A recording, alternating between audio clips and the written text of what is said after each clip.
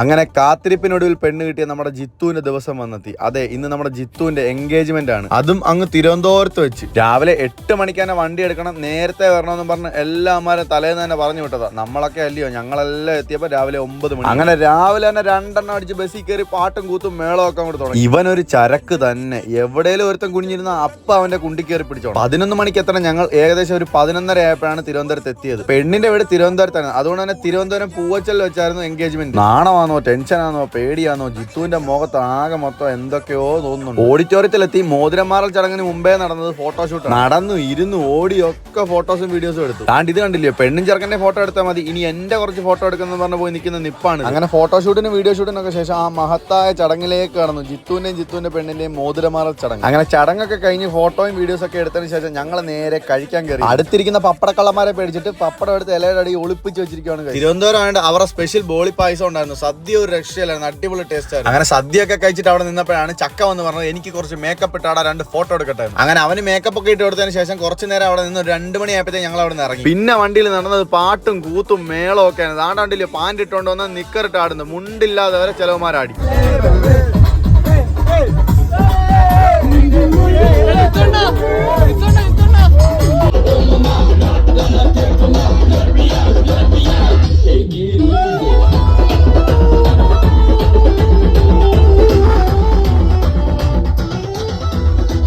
വണ്ടിക്കകത്ത ആട്ടത്തിനൊക്കെ ശേഷം പിന്നെ പുറത്തായിരുന്നു ആട്ടം.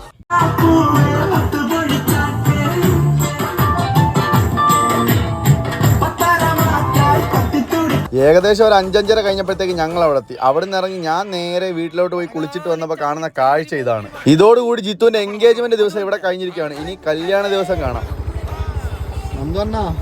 നമ്മൾ ഫിറ്റാടാ.